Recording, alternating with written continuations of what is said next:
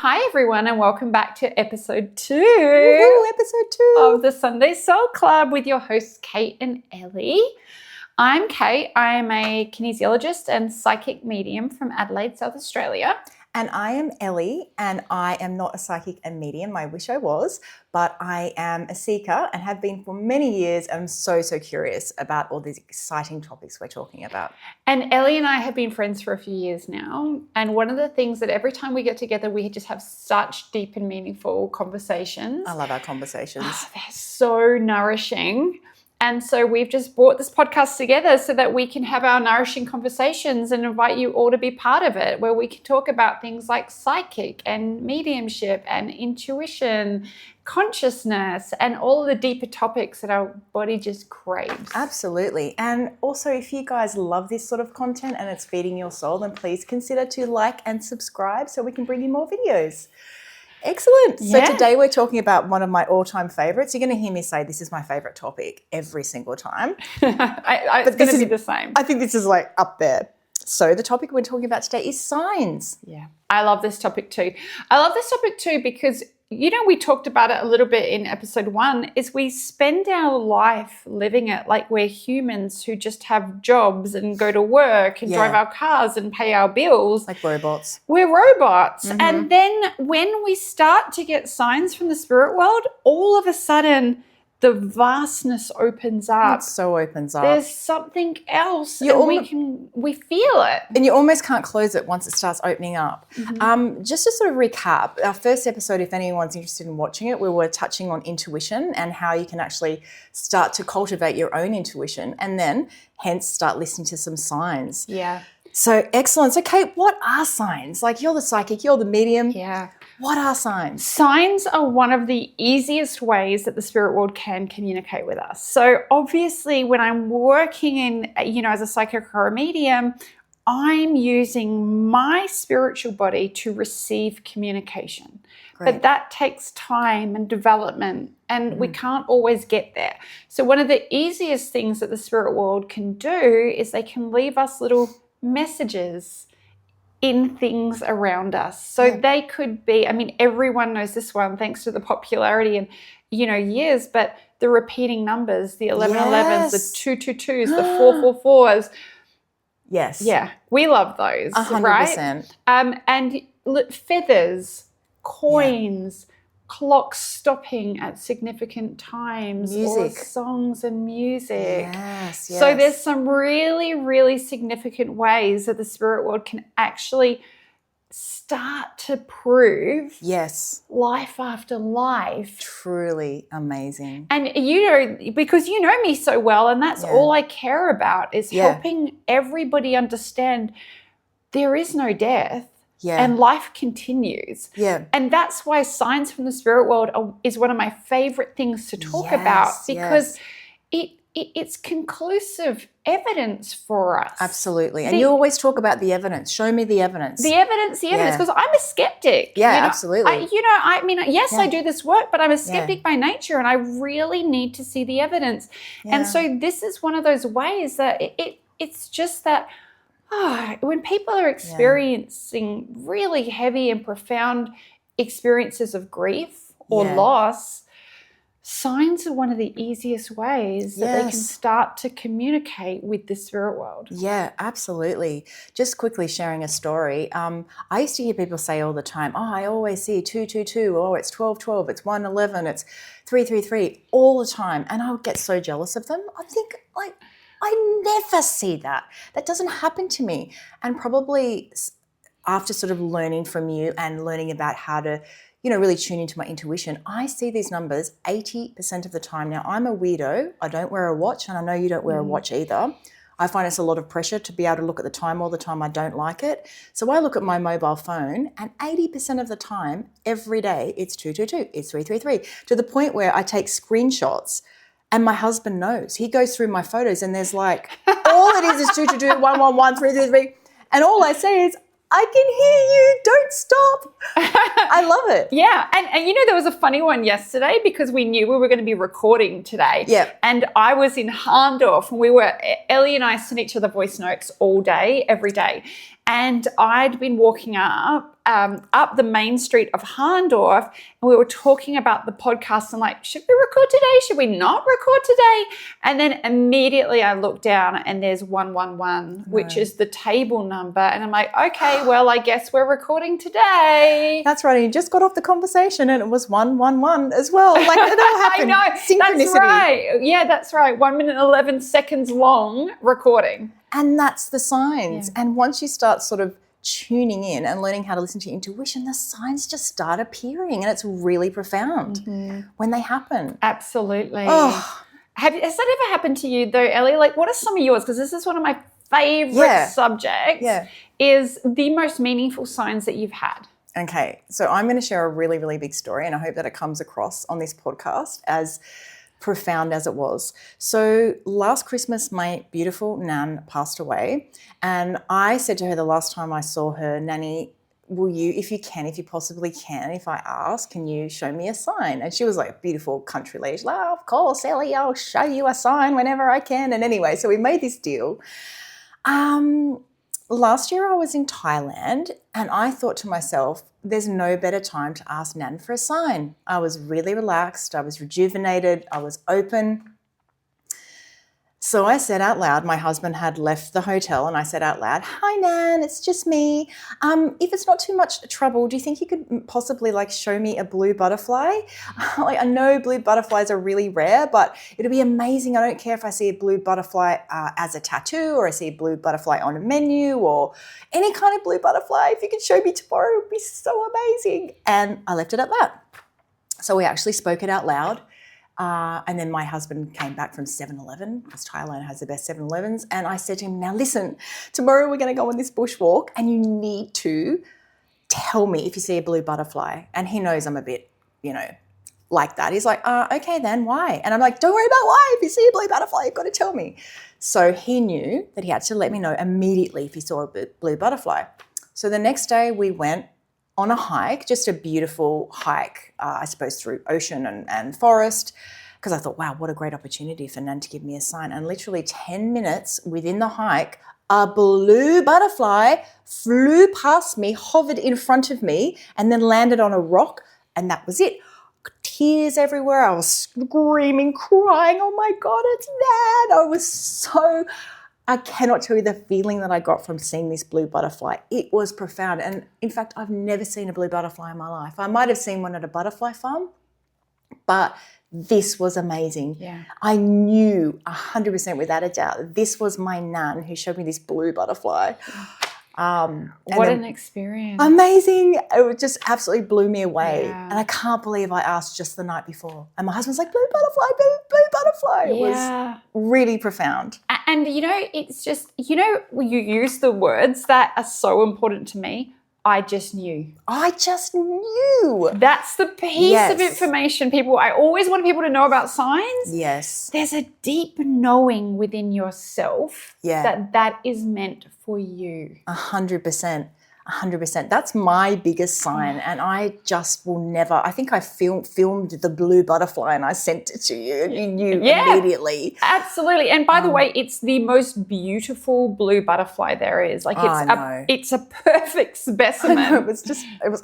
Actually, we had to keep hiking after that, and I literally was crying for half an hour. So hiking people walking past, oh my God, is she all right? I'm like, I'm really great. See the blue butterfly. Anyway. I love funny. That. And what about you? You've got lots of signs. I've got lots of these stories.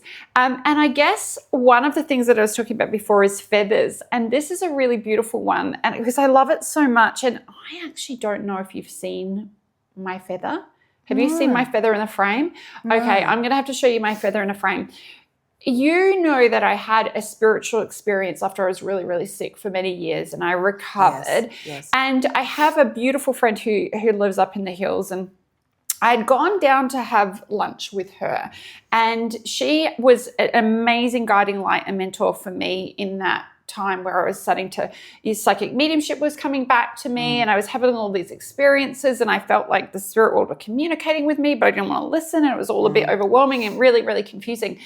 And I kept hearing from every single person that they were getting feathers, and they were getting feathers in really profound ways. So a different friend of mine was sitting at a pub, and a feather, the wind blew, and a feather came in and it spun around in circles and then landed on her hand. I'm like, why am I not getting a feather?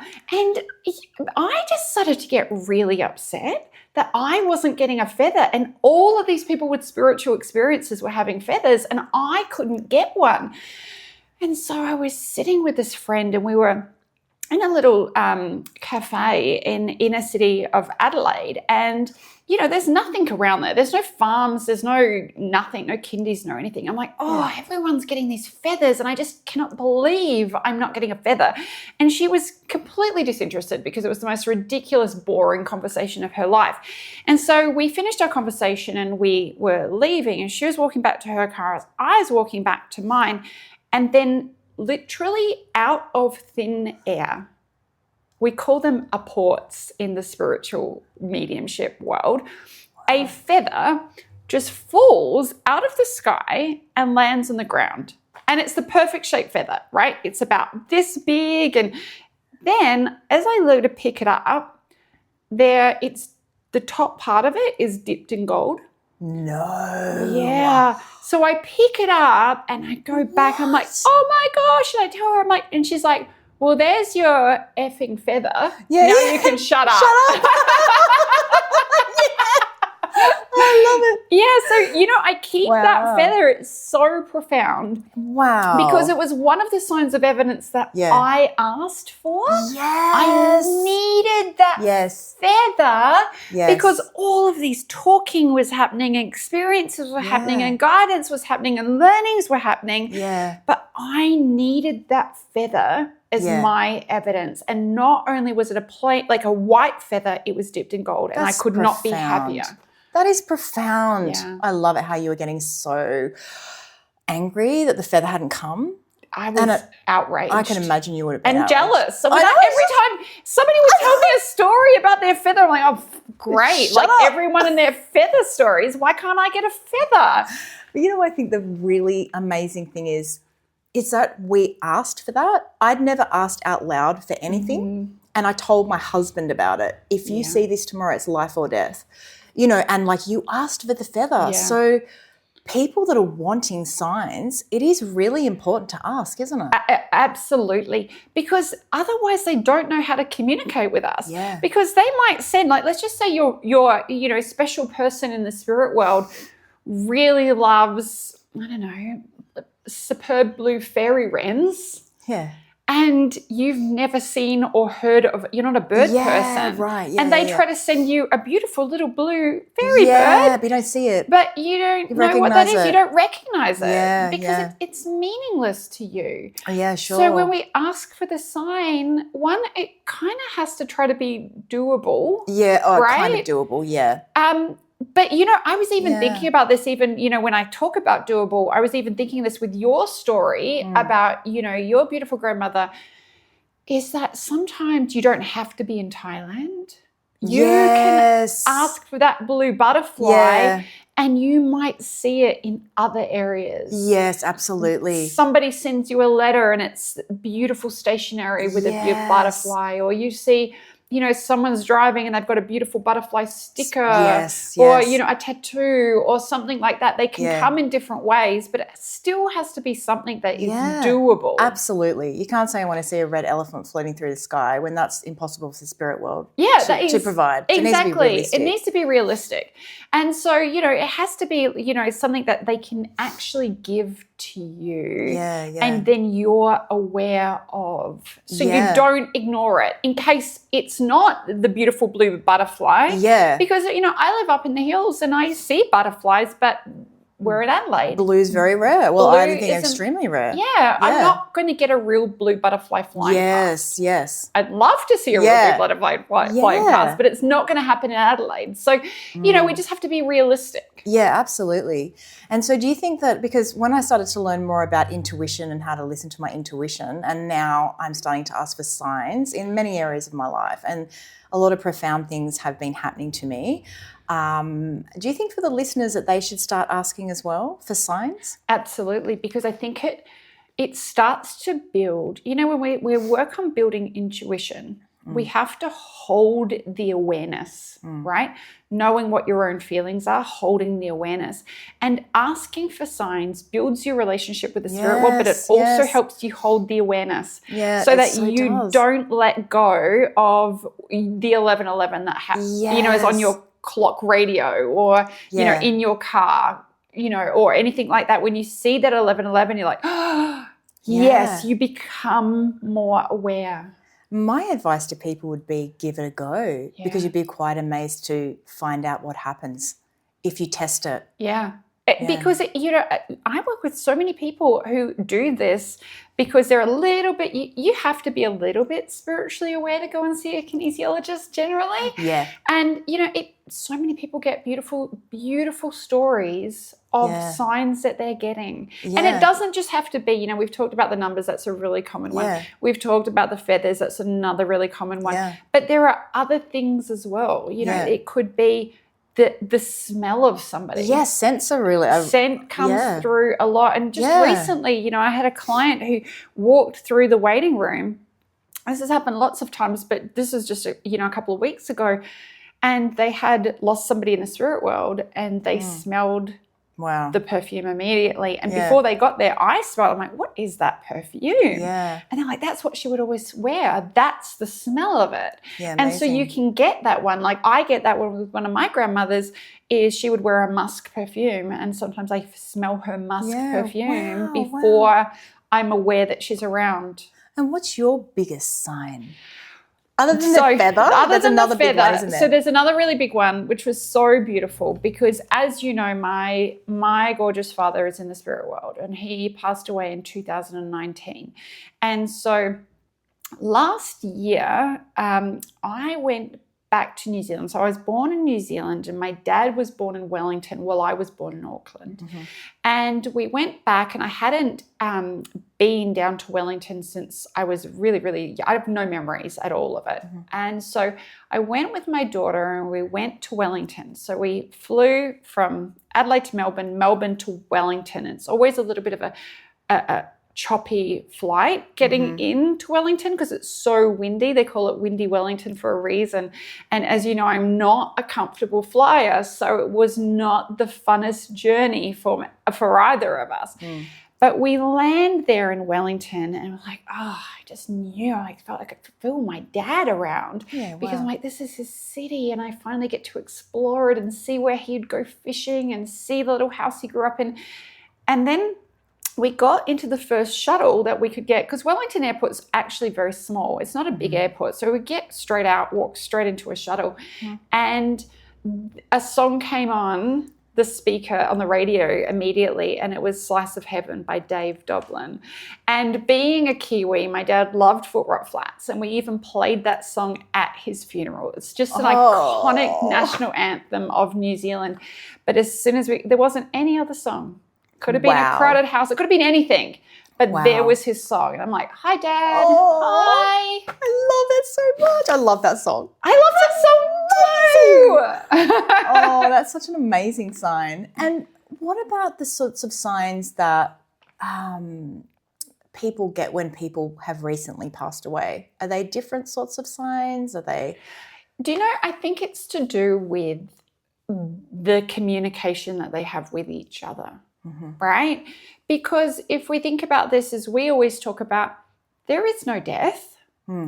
And so the signs that they're going to get from somebody who's recently passed or someone who's been in the spirit world will be the same, but it's going to be their communication of how they communicate that they want the blue butterfly, that they're seeking a feather that's realistic to some degree. Sure. You know, sometimes grief and being really, really specific can block us receiving it because we just ignore it immediately. Because I suppose we're at a very low, dense vibration when we're in grief. Yeah, absolutely. But generally, I always feel like the signs are kind of the same. You know, it's just what they choose to communicate on. Yeah. You know, it's like, what can you send me?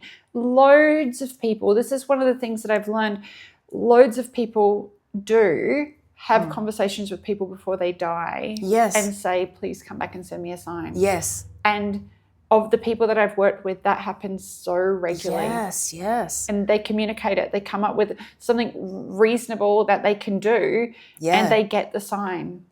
I tell you this big sign that happened talking about when people pass away recently and electricity. We talk a lot about the signs with electricity and how that's a really big one, along with, you know, feathers and butterflies and so forth. But my beautiful father-in-law had just passed away, and this was only a few months ago. And my beautiful husband sadly discovered, Peter his name was, and so when that happened, he called me up immediately and called his brother up and my sister-in-law, and we all rushed to obviously be with him and do everything we needed to do, you know, call the coroner and the police and ambulance, whatever we needed to do. So we're all there as a family. I was really aware that this time was quite significant and quite special, and there was a short period when somebody dies that they're still around, and that's probably from me, you know, learning a lot of Buddhism more. It's just I can just feel that it's a very special time. Anyway, so we're all there, really stressed, you know, thinking, oh my gosh, and trying to ring the right people, and all of a sudden, the fire alarm went off.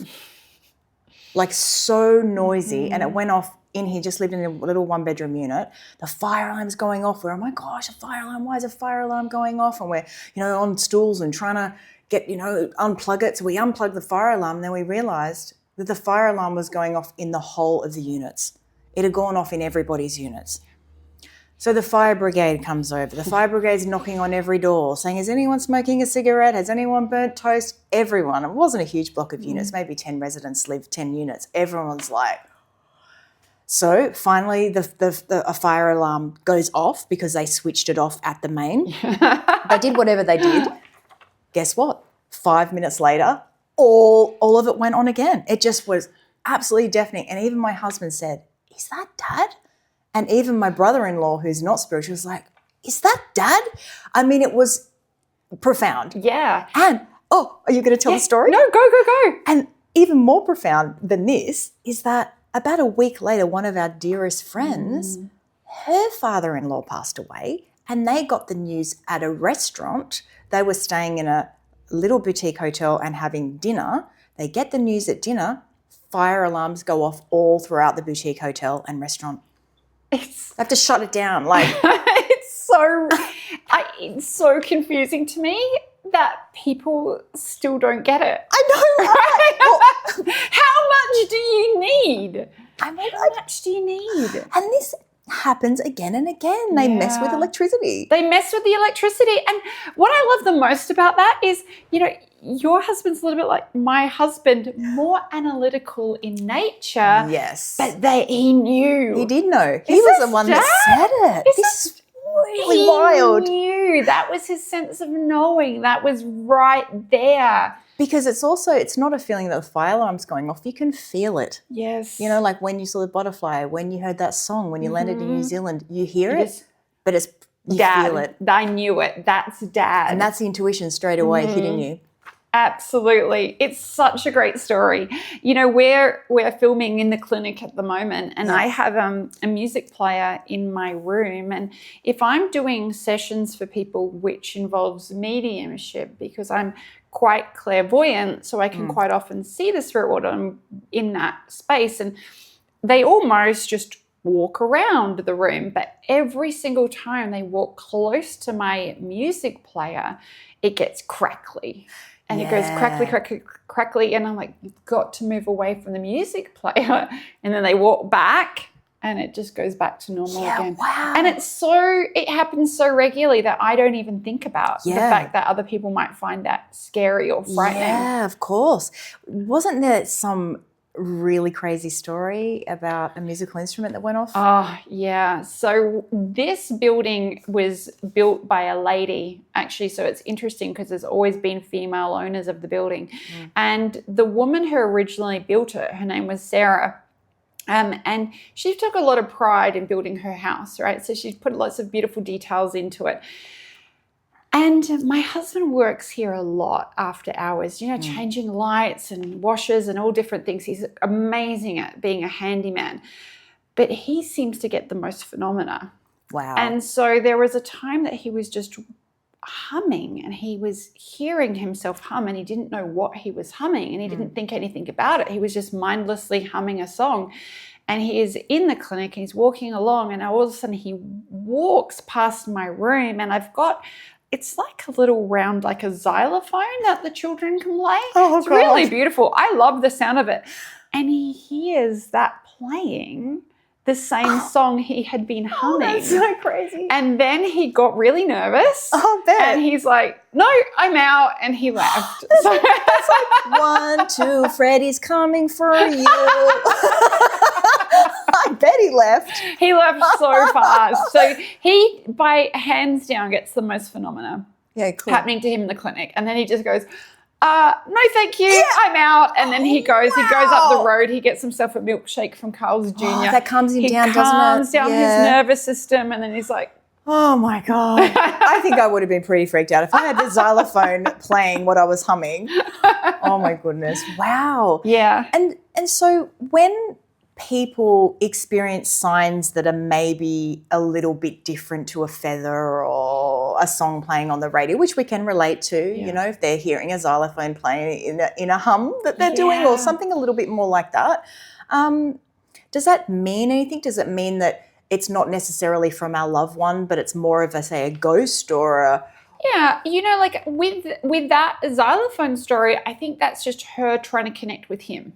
Yeah. Because she seems to seek him out more than the other. Because, there's all women who work in the boring, building. Kate. You're so boring. You can talk to dead people. I don't want to talk to you. And I guess I just never have a reaction. I'm like, okay. Yeah. And I just keep going. Yeah, so you ignore the spirit. I'm just like, that's nice. And if I keep going.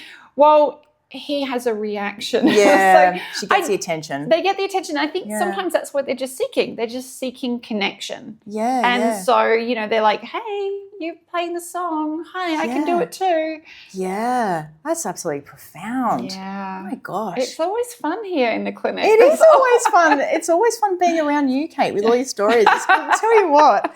And so this is a really cool question, because I find that sometimes there's been, my mum passed away and we were not close at all on earth. Well, we were a lot, but then we weren't. And anyway, when she passed away, after quite some time, I healed a lot with my mum and I feel very close to her again. Mm-hmm. Is that something common, that you can actually have a challenging relationship with someone on earth and then they pass and then all of a sudden, or maybe not all of a sudden, it did take a lot of time, you feel more connected again? Absolutely. And if you think of it, sometimes when we have a challenging relationship with somebody, it's because there's some quite complex personality traits or traumas that maybe that person has experienced. Mm-hmm. Like the truth is we're human, therefore sometimes we suffer from mental health issues or things that make relationships difficult. They make it difficult. When we transition back to the spirit world, it's just the soul. Mm-hmm. It's just that level of consciousness without the human mind. So they're the same, but they're a little bit different. Mm-hmm. And so when they drop that, and then as humans, we drop our stuff, we can start to build that relationship back up again. Yeah, sure. And so I actually think this happens a lot, especially where people might lose somebody that they had a complex relationship with, and they need to find healing. Yeah. One of the things that I learned really, like right at the beginning, was that mediumship is just a healing modality. Yeah, absolutely. Because people want to hear from their loved ones. They want to hear it because we're taught that we worship at the altar of science and that life just ends. But actually, we know it doesn't. Because if you think about sometimes when we have a complex relationship with somebody, we hold pain, we hold anger, we hold really uncomfortable feelings and emotions, and we don't know how to heal them. Well, come along with mediumship, and you've got that person reaching out with signs and connection because they've healed a little bit and you've healed a little bit, and now you're actually seeking connection. Yeah, There's absolutely. nothing more healing than that. Yeah, absolutely. And to let our viewers know, we are going to be touching a lot on mediumship a little bit later on. Yeah. Kate is so good at explaining it all and how to teach it. And it's my favorite thing. I know it's your favorite thing. It's so good. It's my favorite thing. Sometimes I always say this. I'm like, I'll do psychic. Yeah, but it's boring. It's really boring. I just want to get into mediumship because I just, again, it's like that when we talk about there is so much more than what we live. And it's fascinating when you can prove life after life. And that's why signs are so profound. So important. Because they're like, hey, I'm still here. I'm letting you know I'm still here. That's ultimately what the signs are doing. You aren't alone. I'm still here. That's amazing. And is it hard for the spirit world to send a sign? Like, does it take them a lot of energy? Because obviously they can't just send us, I can't have a blue butterfly every day from my nan. I'd love to, but I wouldn't ask again. You know what I mean? Yeah. I might ask for something different, but I'll give it a lot of time. Is it hard for them to do that? Yeah, I think it is hard for them to do it. And I've had quite a number of signs that we've talked about. And I remember one time where I'm like, I want another sign. And I got as clear as day, repeated signs are feeding the ego. Oh, yeah. You already got the sign. You already got the sign. Yes. And I realized they were right. Yeah. I know. I already work in this field. So, yes, it's fun. Yeah. But it's another dopamine addiction, right? It is exactly that. Yeah. And so, yes, it's hard for them. Yes. But the thing is, what they're trying to pull us back to is using and understanding that we have a soul and we are a soul first, having a human experience, and that we can still reach out and connect with them. And once we get that bam, sometimes the signs then step back. Yeah. And which is fair enough. Yeah. You know? I mean, it makes sense to me, right? I mean, who doesn't want that all the time? But then at the same time, we have to understand that we're asked to trust and to serve the spirit world, right? To connect with in that way. Absolutely. That's very, very, what a great conversation. And so for our viewers out there, so talking sort of about getting more into tune with their intuition and then maybe asking out loud for a sign and not a red elephant floating through the sky. Maybe blue butterfly is quite an extreme sign, but, whatever sign that resonates with them.